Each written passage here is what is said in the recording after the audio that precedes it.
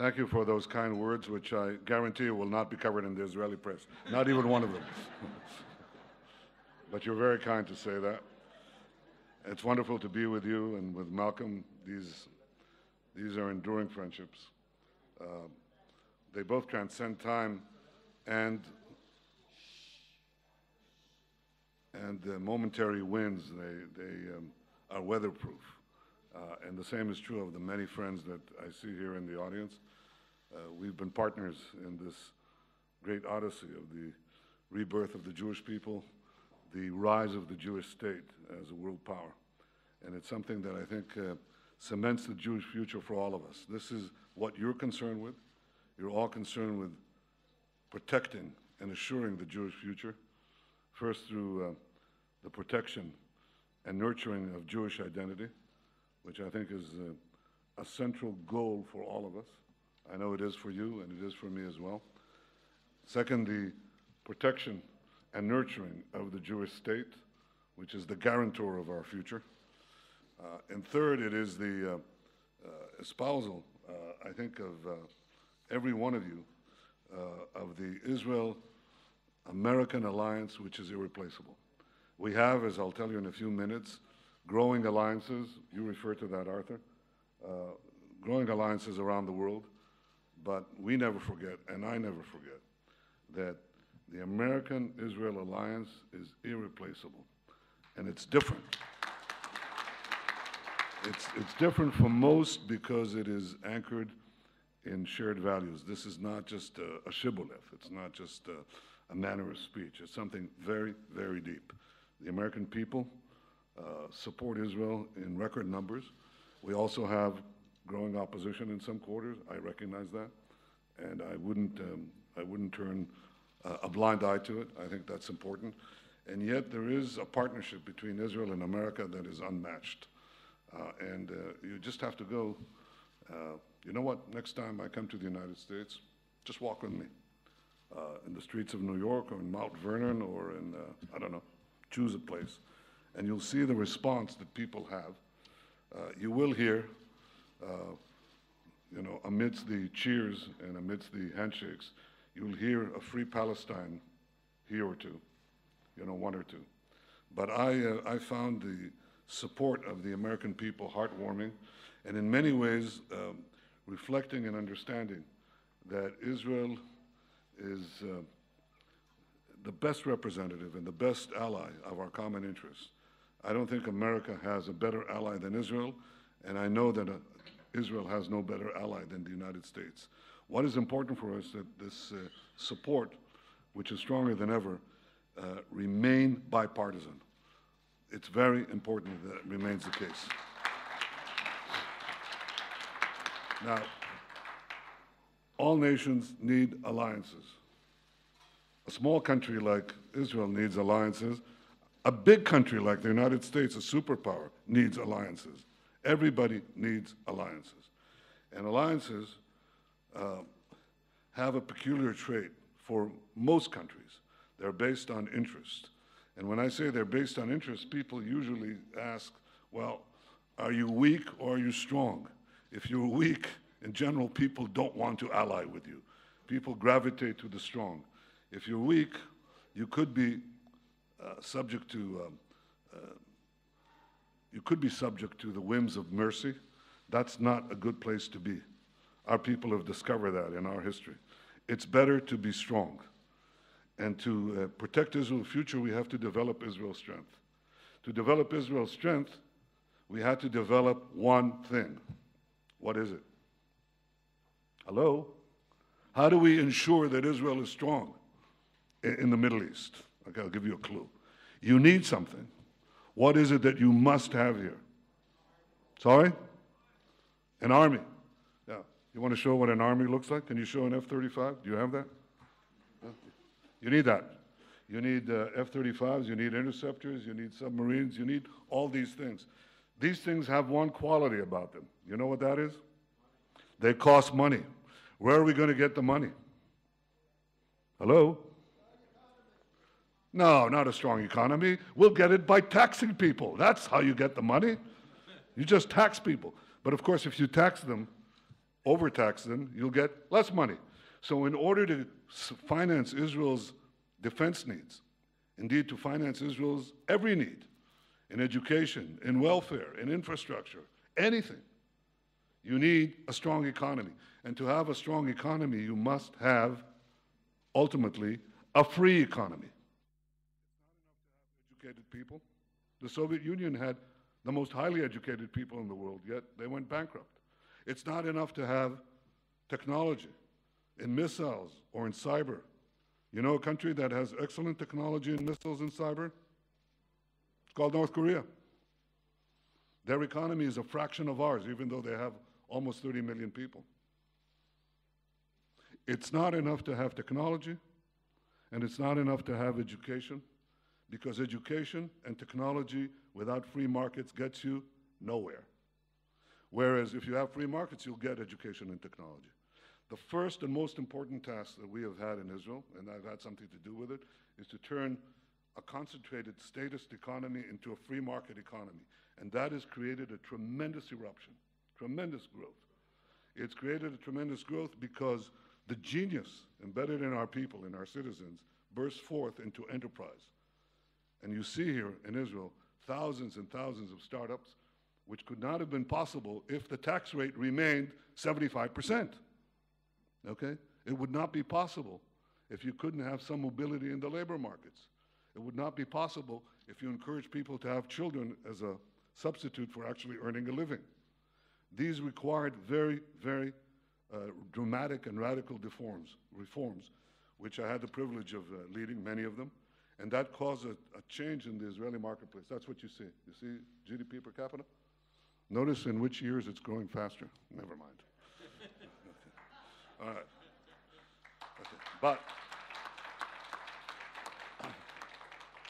according to the IMF, Israel has just outpaced Japan in per capita income. Can you imagine? You remember this was a country of orange groves, camels, sand? Israel has moved from being an underdeveloped or what is called an emerging economy into a developed economy. And that's important. That's critical because it gives us the needs that we have. It supplies our needs, our defense needs. Of course, we appreciate the support we get from the United States, every penny of it. Deeply appreciated through different administrations.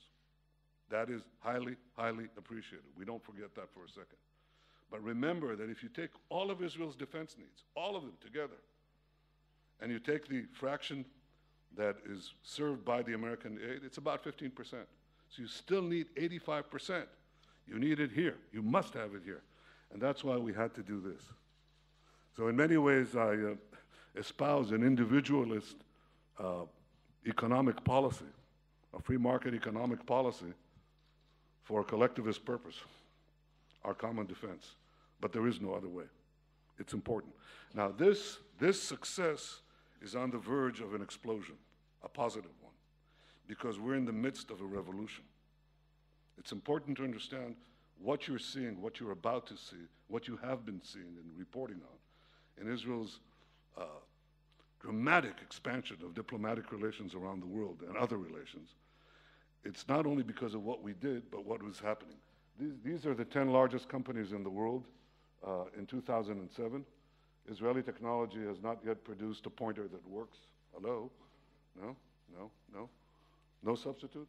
No. Okay. Can you see that? 10 largest companies in 2007. They include 5 energy companies and one IT company, Microsoft. Look at 2017. All the oil companies are gone from the top list, and you see the knowledge-based companies taking over. This is a revolution. This revolution is happening. Are you with me? Yes. Yeah? It's happening because of the meeting ground of 3 things. It's called big data, artificial intelligence, and connectivity. That is revolutionizing the world. These companies all involve big data, artificial intelligence, and connectivity together. In Israel, we have all the companies that you saw there, and the top 10 are represented in Israel. But look at what happened.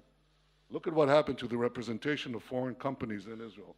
Can you show what happened, please? Can you see that?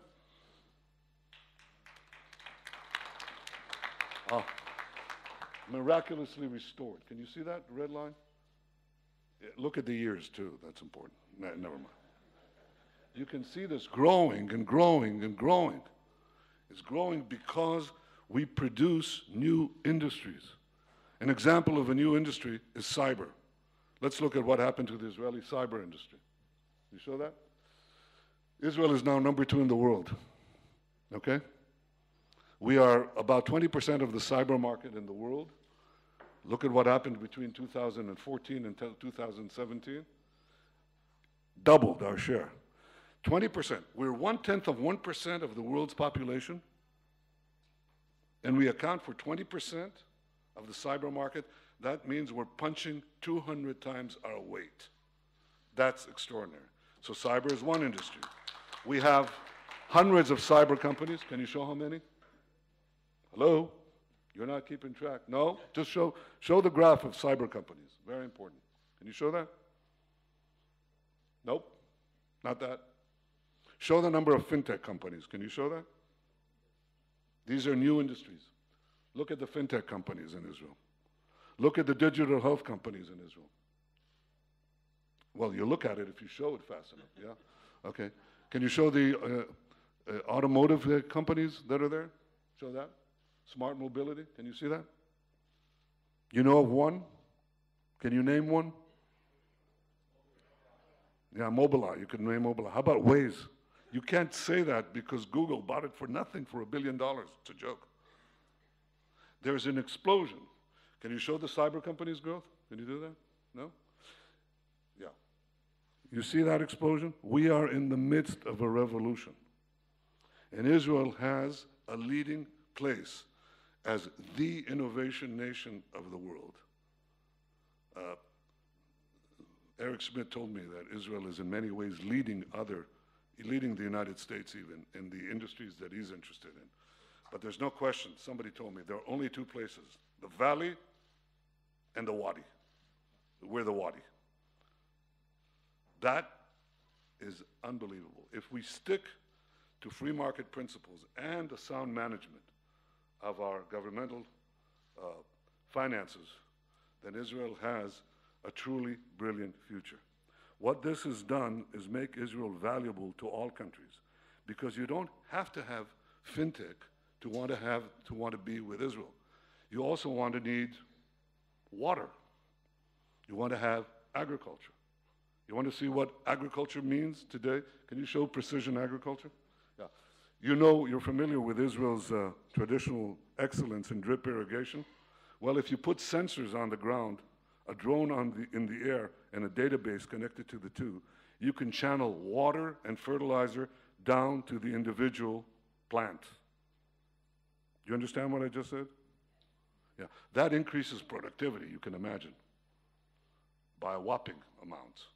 So every industry is changing. Water, agriculture, energy, health, transport, everything is being changed by this revolution. Some things a lot faster, some things a lot slower. You can account for it in your own experiences, in your own daily lives, and you know how different the world is today than it was 15, 10, or even 5 years ago. And Israel is right at the cusp, right at the edge of this revolution. Who wants that? Everybody. Everybody wants our technology, everybody. But they also want something else. People want better lives. They want more productive lives. They want to have cleaner air. They want to have cleaner water. They want to have affordable energy. But they also want one other thing. What do they want? Security. You know, you want to be safe. You don't want to be killed. You don't want to be mugged. You don't want to be overrun by thugs. And to have security, all nations wish security. To have security, Israel has unparalleled excellence because of what our technological and military capabilities bring, and that is extraordinary intelligence. Israel has done more to prevent ISIS terrorist attacks than any other country on earth. In the last few years, we've foiled over 40 major terrorist attacks. This is a plane bound from Sydney to Abu Dhabi. It was going to be blown up by ISIS. We gave the Australian police the information. You read about it one day that Australian police apprehended some ISIS terrorists, and that plane was safe. But that's true of many, many, many other instances where Israel's intelligence protected dozens of countries in virtually all continents. So all countries want Israel's civil technology, and they want Israel's security capability. And the combination of having both a civilian capability, civilian economic capability, and a military security capability has made Israel a focus of interest. And therefore Israel produces alliances. Let's take a picture of what is happening to Israel. The blue is the new agreements that we have made just in the last 18 months. Look at that. It's all over the place. In Africa, you mentioned. I've been in Africa 4 times in 2 years. That's got to tell you something. Latin America, I was there twice. First time that an Israeli prime minister has ever gone south of Texas. Can you believe that? Can you believe that in 70 years, no Israeli prime minister visited in his formal capacity or her formal capacity any country south of the United States? Amazing. But we went there, and most recently in Brazil, I got to tell you, I was welcomed there more than, with the same enthusiasm, maybe surpassing a Likud convention. It was just unbelievable. Unbelievable what is happening there. And the same is true, of course, of the great powers of Asia, India, China, Russia, and also Australia, where no Israeli prime minister has gone before. Can you imagine that? Or Singapore, for that matter. Japan. You know how much Japanese investments have multiplied in Israel in 4 years? You want to guess? Come on, guess. Well, I can tell you it was a small number. Non-existent before. It's gone up 144 times. Okay? So it must have been small, but it's now in the many billions. And I recently had a delegation here from Japan of 100 leading companies. All of them work here. All of them. Because they all want that Israeli technology. And all countries want that combination of security and technology that has made Israel now much courted in the world. Has that solved our problems? Nope. No. It hasn't solved our problems with the UN. You heard about the UN. It hasn't solved our problem with the Human Rights Commission, misaptly named if there ever was such an organization. It hasn't solved our problem with the ICC and all these other organizations that are committed to the past distortions. They haven't been released of that yet, and perhaps will not be for quite some time. But there is a tremendous change, not, I would say, a palpable change, a tremendous change in Israel's acceptance around the world by just about every country. That includes another batch of countries that I've not shown on the map, and that is, of course, the Arab and Muslim countries. There is a dramatic change there. The Arab countries, or most of the Arab countries, no longer view Israel as their enemy, but view Israel as their indispensable ally against the battle against the 2 streams of militant Islam. The extreme Sunnis led by Daesh and the extreme Shiites led by Iran and, of course, its proxies. And this is something that you can see is expressed in my recent visit to Oman, or Israeli companies that are going to Abu Dhabi or to Qatar, or the fact that Israelis every day fly over Saudi Arabia en route to India. Pretty soon, when we have a direct line to, Mumbai, the distance, the time it will take for Israelis to fly from Tel Aviv to Mumbai will be shorter than the time it takes to fly from Israel to London. Look at these air routes. Can you show that? Look. Remember Israel was a dead end? Remember that? Dead end. Look at Israel now. Here are the air routes that affect our economy. The first and most important one is Tel Aviv. No, God, no, of course not New York. New York is very important.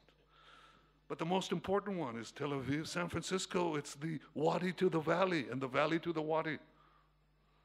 You can't book enough seats on that plane, and it's not tourists. It's entrepreneurs. It's technologists. It's engineers. On every flight like that, big deals are made. Unbelievable, okay? And the second one is Tel Aviv to the big cities of China, direct flights. And the third one is from Tel Aviv to India, huge market. And the fourth one is now going to be a direct flight, Tel Aviv to Brazil, an emerging superpower. For that, we have to cut the time and not go around Spain and around, but fly directly to Brazil over Africa. How do we do that? Can you show Africa? Well, okay, that was my recent visit to Chad. It's important in its own right, but we're going to fly directly through Egypt, through Chad, and to Brazil. You got that? We're changing the world. Changing the world. But with the Arabs, there's something else. With the Arab countries, as with many Muslim countries, the question is how to fight militant Islam. And recently in Warsaw, you saw something spectacular. I did. There were 60 foreign ministers, representatives of 60 countries, in a hall, about the size of this hall, with the representatives from half a dozen Arab countries who got on the stage and spoke about Iran. They said Iran is the greatest danger we face. They spoke about Israel. One of them said, when asked, what about Israel's military action against Iran's efforts to entrench itself in Syria? The answer was, every country has a right to defend itself. Not bad. They spoke about seeking solutions to problems in the Middle East. They said, yes, we want to solve the Israeli-Palestinian problem, but no, it cannot be solved unless we roll back Iran's aggression. Did you hear that? That's a change. They spoke about it. They said what I've been saying a long time. Everybody said that the way to get to the world, first you have to solve the Israeli-Palestinian problem. That'll get you to the Arab world, and that'll get you to the world at large. And I've reversed the order. I've said, no, it's the exact opposite. First, you build your strengths. You build your economic strength. You build your security strength. You build your diplomatic strength. You get to the world. From the world, you get to the Arab world. And from the Arab world, you get to the Palestinians, because they're the last to know. Okay? And half of them have been overtaken by militant Islam. So we're reversing the order. And I think that this bodes tremendous hope. Tremendous hope. Because as we get to know the Arab countries and they get to know us, they get to have a different appreciation. They start with security, but that's only where they start. They also want water. They also want energy. They also want agriculture.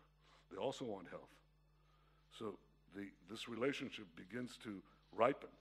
And as it ripens, I think it will create possibilities for coexistence and, who knows, perhaps peace with our Palestinian neighbors in the future.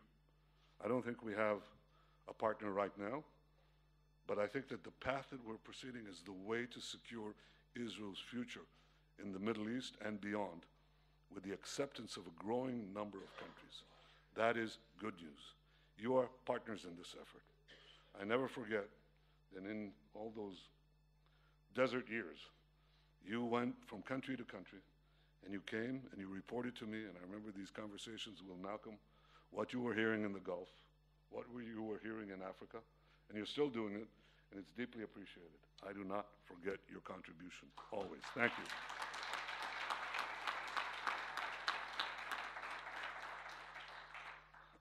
So we've had a tremendous success. I think our efforts, our joint efforts, have produced a stark change in Israel's position in the world, and we deeply value our new friendships. I think that I think you should know that there are going to be other countries that will come to the fore. It may take some time, not much, but it's happening. And at the same time, what we're doing is using this technology and this innovation inward. We never forget that Israel is an open society. We would never have these successes if we had a closed society. Israel is not one of, it's the most open society in the world. It has a robust press. Boy, do I know that. It has a robust parliament. I know that too. It's not in session now, but some of you visited and you can see it. It has an independent judiciary. That's not going to change. It has holy sites that are protected for everyone. As an open society, everyone hears constantly about our challenges. But I thought it important to highlight our achievements because our free press doesn't cover it that much. We never lose sight of our strength. We never lose sight of the good that Israel is doing here and for so many around the world. We never lose sight of the pluralism of Israel. And Israel will continue to be a home for all Jews, no matter where they come from, no matter how they pray, because the unity of our people is a source of our strength.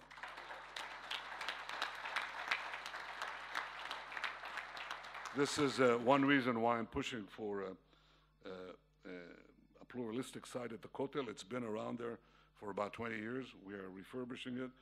Had to go through the tribulations of Israeli bureaucracy. Have you heard about Israeli bureaucracy? Why are you laughing? This is a great source of growth. How can we grow further if we've already kept our spending down and our taxes down? Where are you going to grow from? Well, obviously, you're going to grow from bureaucracy, because as you remove it, you grow. It's very important. We have moved up. You think I'm kidding? I chair very few committees. I chair the Security Cabinet. I chair the committee to help our Ethiopian brothers, and I do that every few weeks. I meet, and we work point by point to make sure that everyone takes part in the Israeli miracle. By the way, our Arab citizens as well. My government, much maligned, has given more than any other government, 15 billion shekels in a multi-year program to try to help integrate all the Arab citizens of Israel into the Israeli success story. There is one government that was the champion before. You know who that was? That was another government of mine, but it only gave $1 billion shekels. So we've multiplied it by 15 times. There is a tremendous vibrancy and a tremendous energy to what we're doing inside Israel, and I think this, again, bodes well for the future. But in terms of the Kotel, what I wanted to do is overcome the bureaucracy. We're one step away from completing this refurbished site, which I think will serve as a meeting ground for all Jews. This is what I want. This is also the reason why we continue to invest, something that I began over 20 years ago, to invest in Jewish education abroad, because Israel then was already coming of age, and we're helping with the Masa and with Birthright. These are tremendous projects that we do together. They enhance Jewish identity. We've tested that. And it's very important to continue this, because the unity of our people is key and will always be a matter of the highest priority for me, and I hope for successive governments in Israel. Well, if I succeed, it'll continue. There is one problem that we face, and we are aware of it, you're aware of it. It's the resurgence of anti-Semitism. We see it. It parallels the success that we've talked about in Israel. We see it, we hear once again false allegations against Jews. We see attempts, tragically sometimes successful, to kill Jews in the names of radical ideologies or radical positions. And since the establishment of the State of Israel, we see also a new kind of anti-Semitism. The malicious efforts to demonize the Jewish state, deny the Jewish people, and only the Jewish people, the right to self-determination in our ancestral homeland. I think that we have to call it very simply and very clearly. Anti-Zionism is the new form of anti-Semitism. And it doesn't make any difference where it comes from. Whether in the East, we don't have that much in the East, well, in Asia. We have it in some places in the Middle East, and we have it in the West. We have it in the West. And it's something that should be condemned forthwith, outright, by everyone. I know that you've been doing that. I want to thank you and commend you for your efforts to combat anti-Semitism everywhere in the world, in the United States and elsewhere. And I commend you for your efforts to defend the truth. You are champions of Israel, you're champions of the Jewish people, you're champions of the American-Israel alliance, you're champions of our common past and of our common future. Thank you for standing with Israel. Am Yisrael Chai, and I hope to see you next year in Jerusalem, united Jerusalem. Thank you very much. Thank you all.